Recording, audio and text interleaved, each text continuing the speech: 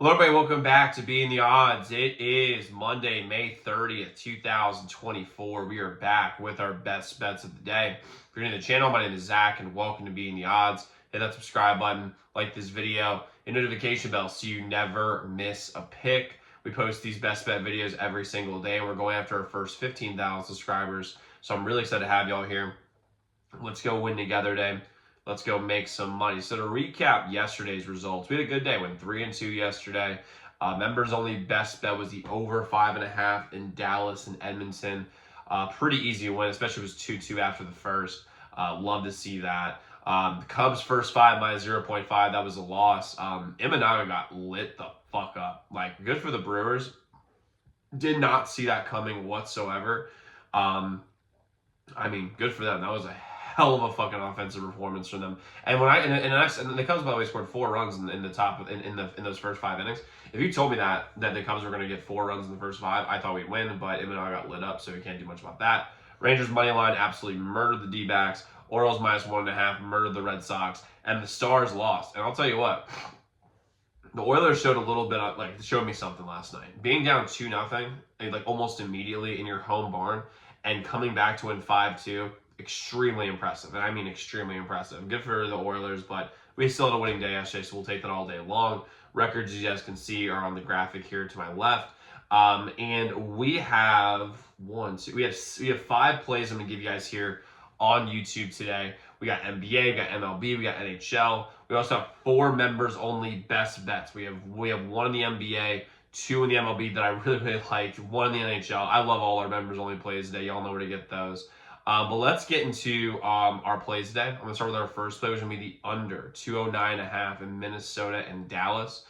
Things got figured out a little bit defensively, I think, with both teams Tuesday night, even Lively being out. Although I think Lively is a much better offensive player for the Mavs than people really realize. But today's going to be a really intense game. Minnesota does not want to go out on their home court, especially in 5. They don't want to go on their home court, especially in 5. They've got good players to match up with these guys defensively.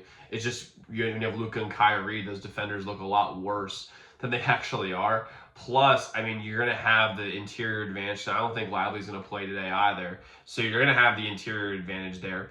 And defensively for the Mavs have been a very, very good defensive team. Basically, first off, the entire playoffs.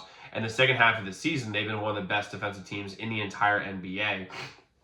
When you look at this team, this game shapes out to me to be a really low scoring but really high intensity, exciting game personally.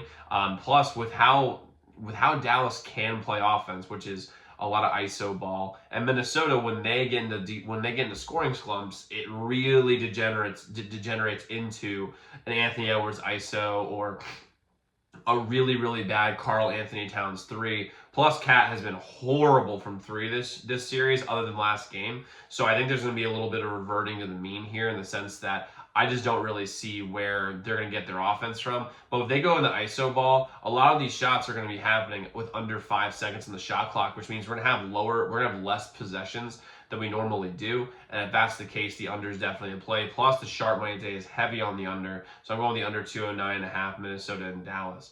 Next, we're going with the Diamondbacks. First 5 money line, minus 112 versus the Mets. I'm going to take Gallen over Scott all day long. Gallen has just proven it more. And Gallen has problems on the road, but the Mets don't have a lineup that really scares me at all, if I'm being honest with you guys.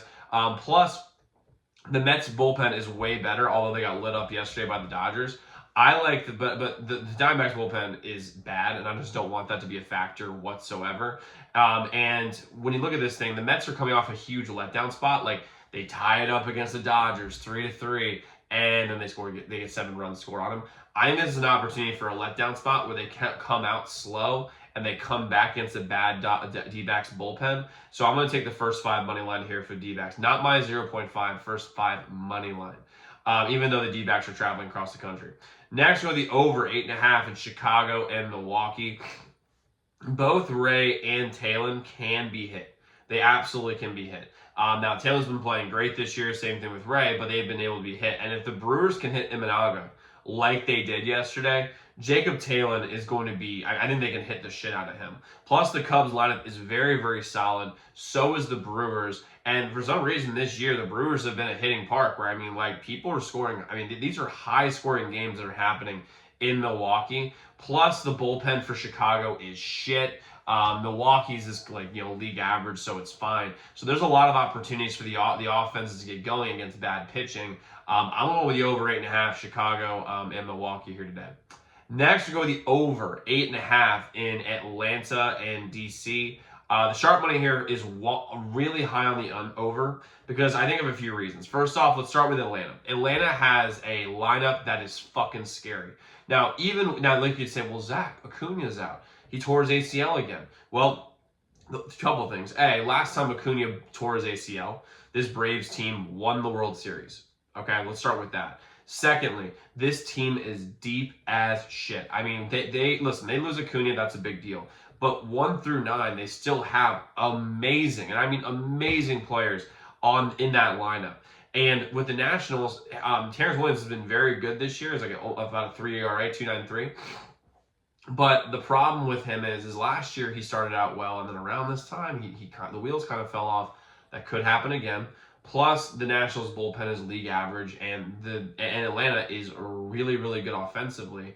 But then you look at Atlanta, they're starting Kerr. I don't really know much about him other than the fact that his numbers are absolutely fucking terrible. And the Nationals, they are underrated offensively. This is a good offense. This is a good offensive team. They're like sneaky, not bad. That's kind of like what this Nationals team is.